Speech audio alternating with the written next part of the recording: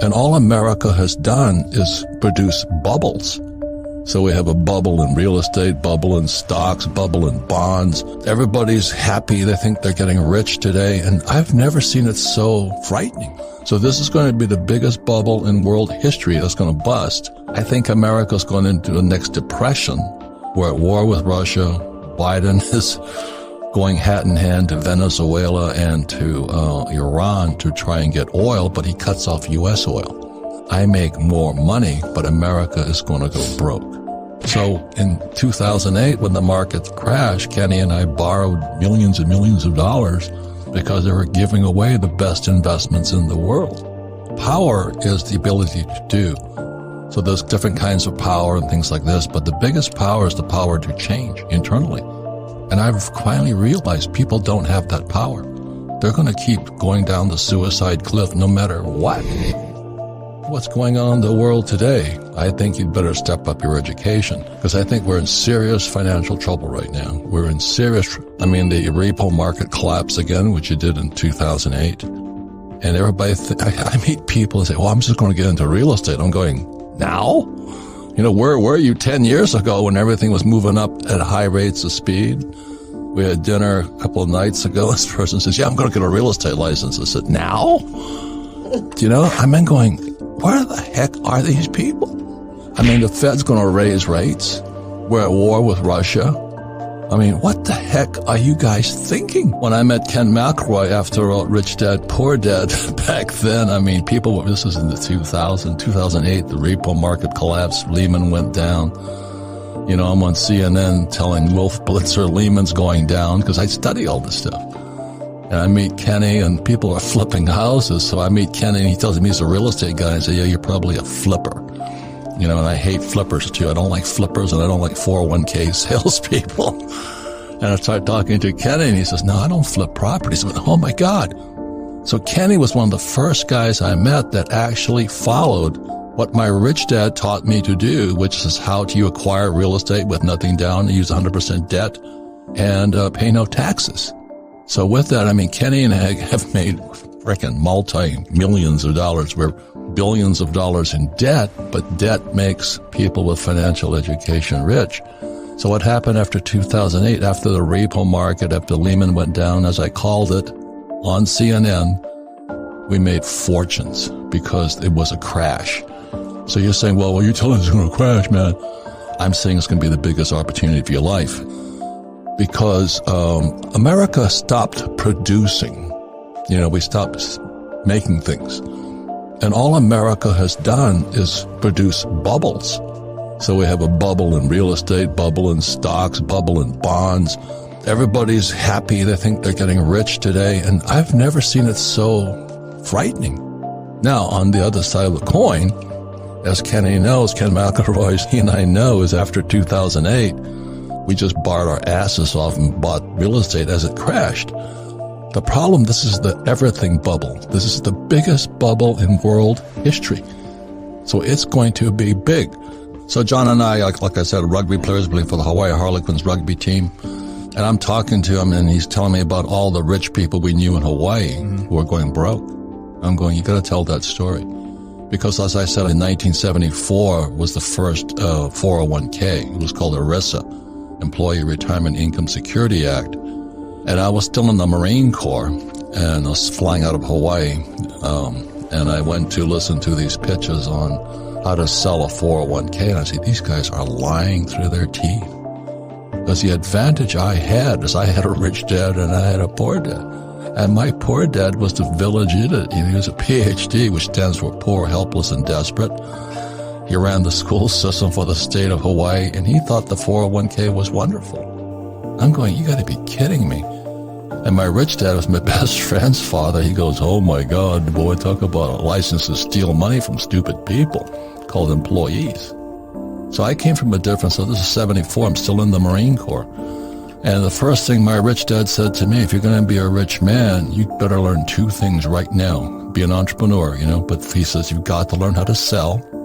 And secondly, you've got to know real estate. Because real estate is debt and taxes. And that's, what do you mean debt and taxes? So in 1974, I took my first real estate course and opened my eyes up, because you don't need money to buy real estate and you pay no taxes on top of it. Just before I get out of the Marine Corps, I get a job with Xerox, learn how to sell. So I got sales, and then I understood real estate. So why am I a rich man today? Because I took 2 courses, learn how to sell and learn about real estate. And my poor dad, the PhD, says, go back to school, get your MBA and get your PhD. I'm going, then I'd wind up like you. A poor, highly educated man with a 401k. Because we were the first generation with a 401k. The 401k came in, I think, 1974. And we're going, oh, Jesus is going to save us. They're going to give us a pension.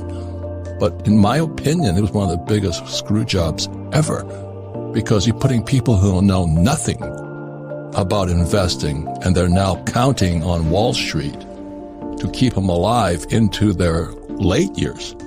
So here's this book that's written by Ted Siddell, and he makes his fortune suing pension funds. We're going into a depression, possibly a depression, and as John talks about it, people have no money. So when our buddy Joe Biden took off the Keystone XL pipeline, inflation went through the roof. That wipes out the poor because they can't afford to eat. Because oil, I'm an oil guy, going to school to work for Standard Oil. When the price of oil goes up, fertilizer goes up. Fertilizer goes up, food goes up. So if you have a 401k, like I'd say, drop back and punt on first down. Because we're not going to tell you what to do, but maybe you'll find out why you should make changes. Because the good news is that's when you get really rich. That's like if Neiman Marcus was having a sale on Louis Vuitton, every consumer would be lined up there. But I was talking to this woman the other night. She says, oh, I finally got it. I'm going to get my real estate license and start flipping real estate. And I said, this is not the time. Oh, no, I'm going to quit my job. I'm going, you got to be kidding me. But that's how stupid people are. So this is going to be the biggest bubble in world history that's going to bust. I think America's going into the next depression.